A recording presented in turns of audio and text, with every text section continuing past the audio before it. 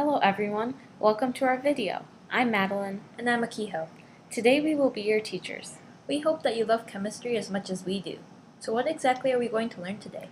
In this lesson, we are going to study kinetics. Here is your learning objective.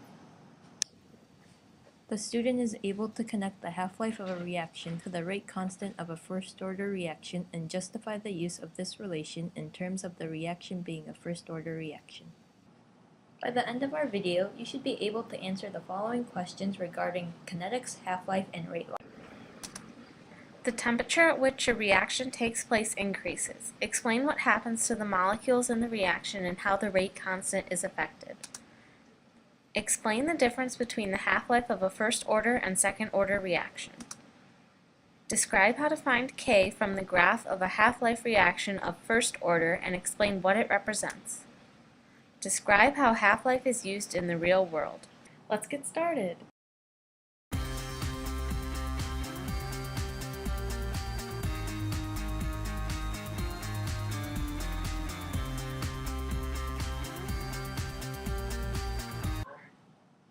Before we dive deep into this topic, let's go over a few key terms. The area of chemistry that is concerned with the speeds of reactions is called kinetics. In kinetics, we study the rate at which a chemical process occurs. What type of chemical processes? Any reaction. The reaction mechanism is how the reaction occurs. Wait, so what does the reaction mechanism have to do with kinetics? The reaction mechanism will describe the order in which the bonds are broken and formed, as well as the change in the relative position of the atoms over the course of the reaction. It is important to know the steps of a reaction when determining the rate law. The rate law is an equation that relates the reaction rate to the reactants, and sometimes even the products. We will talk about equations for rate laws coming up in the video. One type of reaction is called a first-order reaction. A first-order reaction is one whose rate depends on the concentration of a single reactant raised to the first power. You can pause the video here to take notes on these key terms if needed. So what are we learning about now? First-order reactions. What type of reaction? First-order reactions. Here is the integrated rate law for first-order reactions.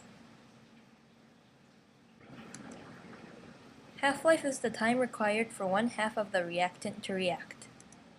For first-order reactions, half-life is constant. For second-order reactions, half-life gets longer as the reaction proceeds. It is used as radioactive decay to measure age of objects.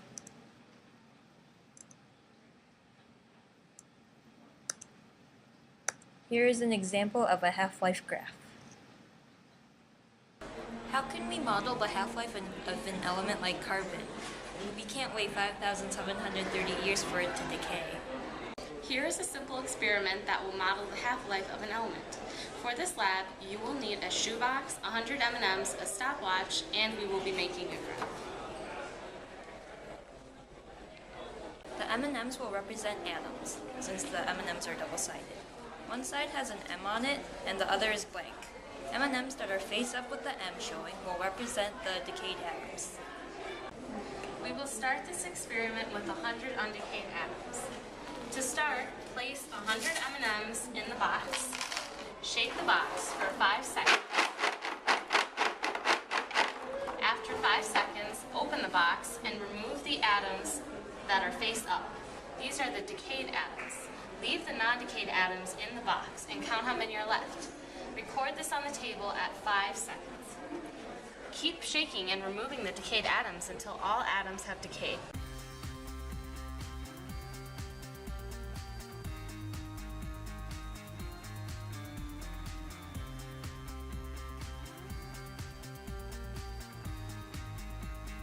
After 5 seconds, 46 atoms were decayed. You're going to record that. Continue this until all of your atoms have decayed.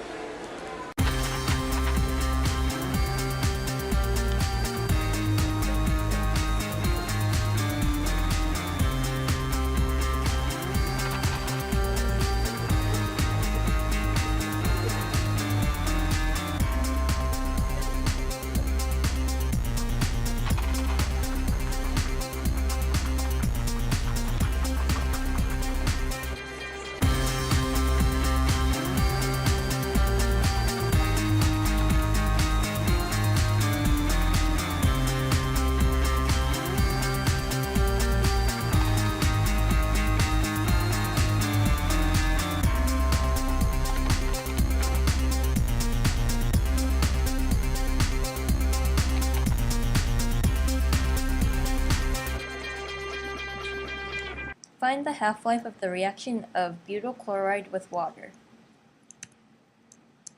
First find K, the rate constant. K will be the inverse slope of the line. Use 2 points to find the slope.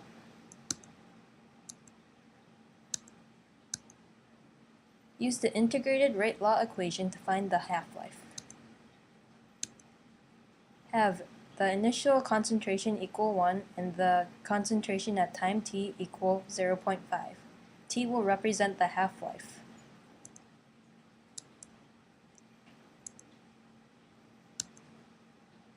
The half-life is 350 seconds. Here is a review of the concepts we went over in this video. You can pause the video to take notes if necessary.